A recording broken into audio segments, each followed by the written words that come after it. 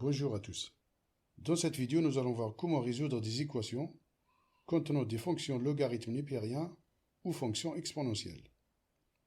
Nous avons ici 4 équations à résoudre. Les 3 premières contiennent des fonctions ln, la dernière contient la fonction exponentielle. Première équation. Nous avons ln de 3 moins x est égal à 0. Équation 2.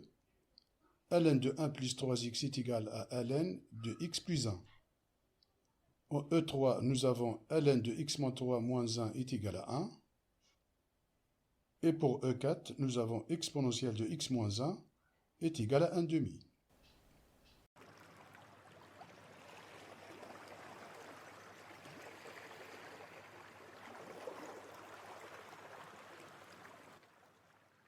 Les techniques classiques que vous connaissez pour résoudre des équations comme des équations du premier degré ou les équations du second degré ne nous permettent pas de résoudre ce genre d'équations. ln et exponentielle ne sont pas des inconnus, ce sont des fonctions. Mais il existe des formules qui nous permettent de passer des expressions contenant ces fonctions à des expressions sans ces fonctions. Voici une première propriété. ln de A égale ln de B est équivalent à A égale B. Cette formule nous permet de passer d'une expression contenant la fonction ln à une expression sans ln. Voici une deuxième propriété. Exponentielle de A égale exponentielle de B est équivalent à A égale B. On passe donc d'une expression contenant la fonction exponentielle à une expression qui ne contient pas de fonction exponentielle. Et enfin, ln de EA est égal à A et exponentielle de ln de A est égal à A. La fonction ln et la fonction exponentielle sont deux fonctions réciproques. Donc on utilise ln pour éliminer la fonction exponentielle et on utilise la fonction exponentielle pour éliminer la fonction ln. Si on a une équation contenant la fonction exponentielle, on utilise ln pour éliminer la fonction exponentielle. On dit qu'on compose par la fonction ln. Et si on a une équation contenant la fonction ln, on compose par la fonction exponentielle pour se débarrasser de la fonction ln. Passons maintenant à la correction pour mettre en pratique ces formules. Première équation. ln de 3 moins x est égal à 0. Pour résoudre cette équation, nous allons utiliser la formule suivante. ln de A est égal à ln de B est équivalent à A égale B. Mais avant de se lancer dans la résolution de cette équation, nous allons commencer par chercher les conditions d'existence de cette équation.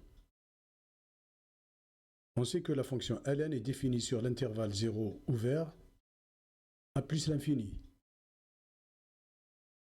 Donc l'équation E1 est définie pour 3 moins x strictement supérieur à 0. On a donc x strictement inférieur à 3.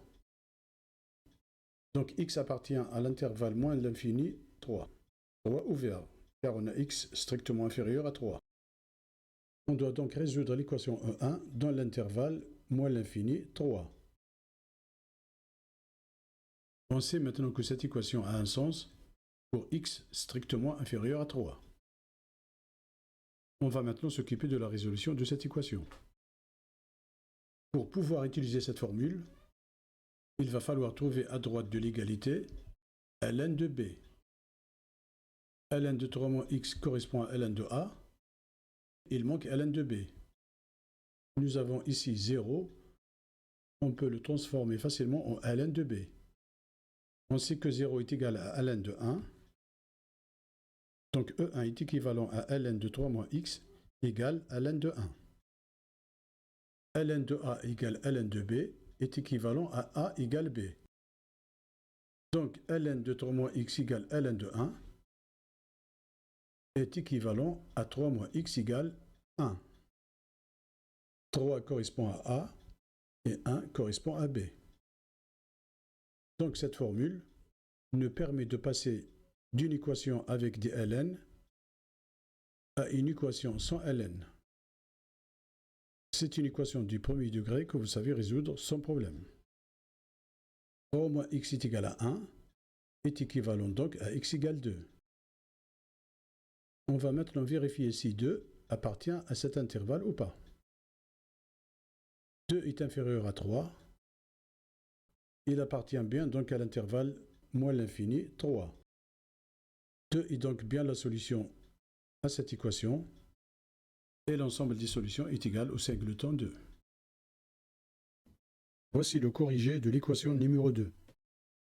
On a ln de 1 plus 3x est égal à ln de x plus 1. On commence tout d'abord par déterminer les conditions d'existence de cette équation. ln est défini sur l'intervalle 0 ouvert à plus l'infini. Donc E2 est défini pour 1 plus 3x strictement supérieur à 0 et x plus 1 strictement supérieur à 0. Pour cette équation, nous avons 3x strictement supérieur à moins 1. Et pour celle-ci, nous avons x strictement supérieur à moins 1. X doit donc remplir ces deux conditions. X doit être strictement supérieur à moins 1 tiers et strictement supérieur à moins 1. Moins 1 tiers est supérieur à moins 1. On retient donc l'intervalle moins 1 tiers ouvert à plus l'infini. On résout donc E2 dans l'intervalle moins 1 tiers plus l'infini. Revenons maintenant à la résolution de l'équation E2. ln de 1 plus 3x est égal à ln de x plus 1. Cette égalité nous fait penser donc à la formule suivante. ln de a égale ln b est équivalent à a égale b. Donc cette équation est équivalent à 1 plus 3x égale x plus 1. 1 plus 3x correspond à a, x plus 1 correspond à b. 3x moins x est égal à 2x. 1 moins 1 est égal à 0. Donc x est égal à 0. 0 est bien contenu dans l'intervalle moins 1 tiers plus l'infini. Donc 0 est bien solution de cette équation. ln de x moins 3 moins 1 est égal à 1. Donc, comme d'habitude, avant de commencer à résoudre l'équation, on doit commencer par déterminer le domaine d'existence de cette équation. Donc E3 est défini pour x moins 3 strictement supérieur à 0. Nous avons donc x strictement supérieur à 3. X appartient donc à l'intervalle 3 plus l'infini. On résout donc E3 dans l'intervalle 3 plus l'infini. Maintenant, on peut se pencher sur la résolution de cette équation. Nous avons ln de x moins 3 moins 1 est égal à 1. E3 est donc équivalent à ln de x moins 3 est égal à 2. Nous avons ici ln qui dérange. Pour s'en débarrasser, il faudra composer par la fonction exponentielle. On peut utiliser la formule suivante. A égale b est équivalent à EA égale EB. Si on compose par l'exponentielle, on a donc exponentielle de ln de x moins 3 égale exponentielle au carré. Exponentielle de ln x moins 3 est égal à x moins 3. On a donc x moins 3 est égal à e au carré. On a donc x égale à e au carré plus 3. E au carré plus 3 est strictement supérieur à 3. Donc e carré plus 3 appartient bien à l'intervalle 3 plus l'infini. Donc e carré plus 3 est bien solution de cette équation. On termine avec l'équation numéro 4. Nous avons exponentielle de x moins 1 est égal à 1 demi. Ici, la condition d'existence ne se pose pas, car comme vous le savez, la fonction exponentielle est définie sur R. Donc, quelle que soit la valeur de x, exponentielle de x moins 1 est définie. Ce que je cherche ici, c'est x. Je dois donc me débarrasser de la fonction exponentielle.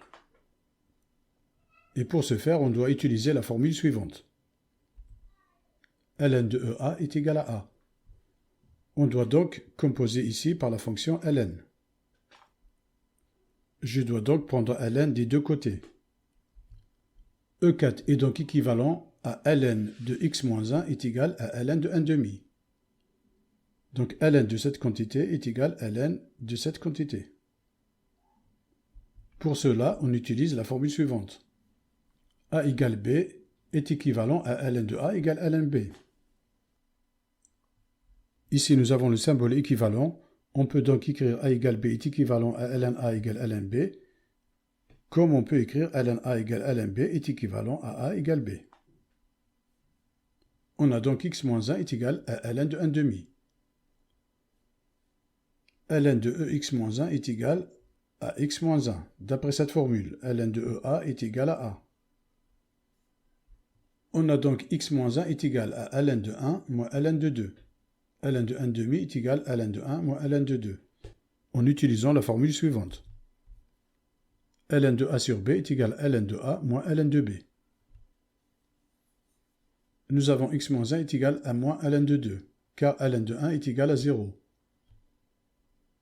On a donc x égale 1 moins ln de 2.